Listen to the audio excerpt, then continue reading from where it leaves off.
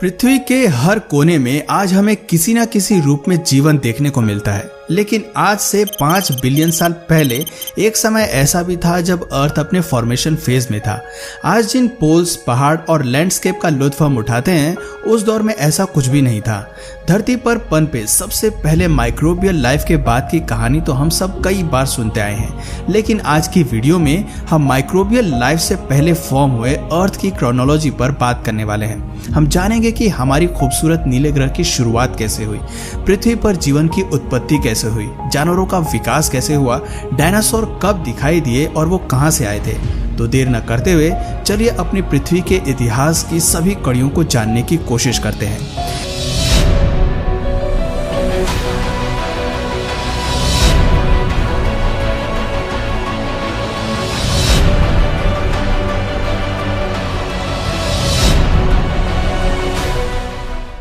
लगभग 5 बिलियन साल पहले जब पृथ्वी का निर्माण भी नहीं हुआ था, तब केवल हमारे सूरज की फॉर्मेशन हुई थी और यह पूरी तरह स्टार डस्ट से घिरा हुआ था। लेकिन असली कहानी तब शुरू हुई जब आउटर स्पेस में मौजूद कॉस्मिक डस्ट टाइट होकर एक साथ जुड़ने लगी, जिसकी वजह से स्मॉल स्टोन्स फॉर्म हुए। और यह काफी रोचक और सिंपल प्रक्रिया थी जो काफी लंबे समय तक चली, लेकिन इसी प्रक्रिया ने प्लैनेट्स की फॉर्मेशन में एक बड़ी भूमिका निभाई। ग्रेविटी ने इन स्टोन्स को कई मिलियन सालों तक खींचा, जिसकी वजह से पृथ्वी एक बॉल के शेप में आ गई। लेकिन अब भी पृथ्वी अपने असली स्वरूप में नहीं बनी थी। इसे अभी भी कई सारी प्रक्रियाओं से होकर गुजरना बाकी था। वो केवल अभी एक गर्म गोला थी जिसका तापमान 1200 डिग्री सेल्सियस से भी ज्यादा था। ये वो समय था जब पृथ्वी कार्बन डाइऑक्साइड और नाइट्रोजन के गुब्बार से भरी हुई थी। तब तक ना तो हवा थी और ना ही कोई एटमॉस्फेयर था। यहाँ तक कि एक ठोस सतह का निर्माण भी नहीं हुआ था।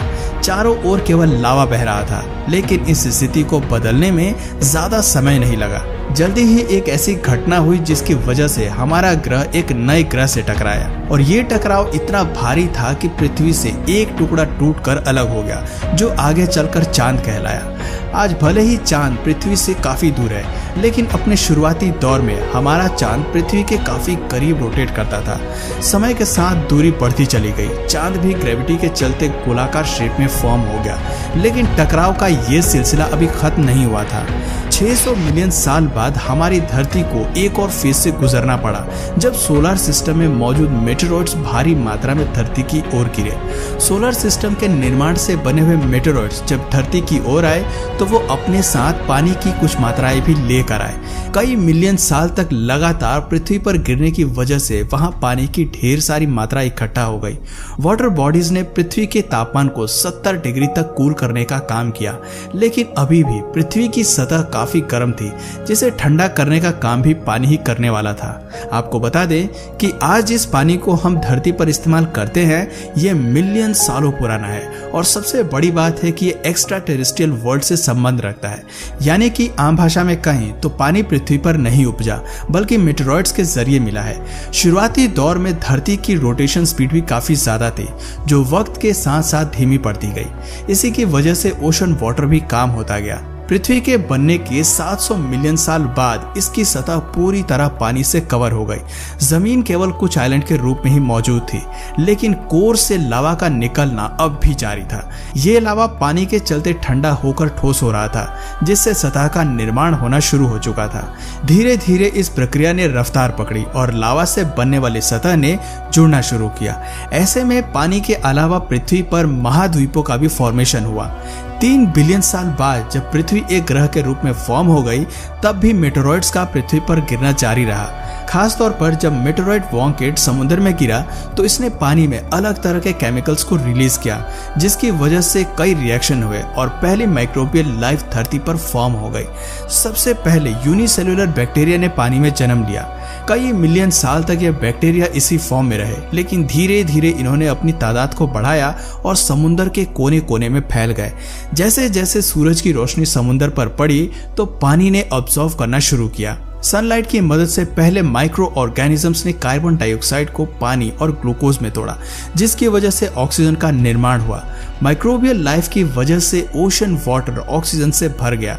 समुद्र में लाइफ के विकास के बाद अब एटमॉस्फेयर की बारी थी। कुछ समय बाद ऑक्सीजन ने ऊपर उठना शुरू किया और वातावरण के निर्माण में अपनी भूमिका निभाना प्रारंभ कर दिया। आप ये कह सकते हैं कि अगर पहली माइक्रोबियल लाइफ का विकास नहीं होता तो शायद हमें आज पृथ्वी का ये स्वरूप देखने को नहीं मिलता। जीवन के पहले निशान के बाद हमारे ग्रह में कई बदलाव आए, लेकिन खैर ये तो अभी सिर्फ शुरुआत थी। धरती को अभी बहुत कुछ देखना बाकी था। इसी तरह 2 बिलियन साल बीत जाने के बाद पृथ्वी पर ऑक्सीजन की मात्रा काफी बढ़ गई और प्लेनेट की रोटेशन स्पीड में भारी कमी आई। दिन बड़े होते चले गए और पृथ्वी पर वो सभी हालात पैदा हो गए जो किसी भी जीवन के लिए सबसे जरूरी थे। 1.5 बिलियन साल बाद जब सब कुछ शांत हो गया तो पिघले लावा के चलते पृथ्वी की सतह ने टूटना शुरू किया। शुरुआती दौर में जमीन पूरी तरह से एक दूसरे से जुड़ गई थी, लेकिन लावा के चलते प्लेट्स में मूवमेंट स्टार्ट हुई, जिसकी वजह से सभी सतह ने टूटकर अलग अलग महाद्वीपों का निर्माण शुरू कर दिया। जहां एक तरफ सभी महाद्वीप एक दूसरे से अलग होने लगे, वहीं वोल्केनिक एरप्शंस के चलते कार्बन डाइऑक्साइड भी प्रोड्यूस हुई। कुछ समय बाद धीरे धीरे पृथ्वी का तापमान 50 डिग्री सेल्सियस तक नीचे गिर गया। नॉर्थ और साउथ पोल में बर्फ के गिरने का सिलसिला शुरू हो गया। धीरे धीरे पूरा ग्रह बर्फ की 3 किलोमीटर चौड़ी लेयर में ढक गया। बर्फ इतनी ज्यादा थी कि स्पेस से पृथ्वी सफेद दिखाई देने लगी। सूरज से आने वाली गर्मी भी सफेद बर्फ के चलते वापस आउटर स्पेस में रिफ्लेक्ट होने लगी। लेकिन ये स्नो एज हमेशा के लिए धरती पर नहीं पनपने वाली थी। पृथ्वी का कोर गर्म था, इसलिए एक बार फिर वोल्केनिक एरप्शंस के चलते वातावरण गर्म हो गया और फिर बर्फ पिघल गई और एक बार फिर से कार्बन डाइऑक्साइड ने एटमॉस्फेयर में जगह बना ली। बर्फ के पिघलने से सनलाइट और आइस में केमिकल रिएक्शन शुरू हुआ, जिसकी वजह से वातावरण में ऑक्सीजन की मात्रा बढ़ गई। कई सालों तक ये घटना इसी तरह साइकिल में चलती रही।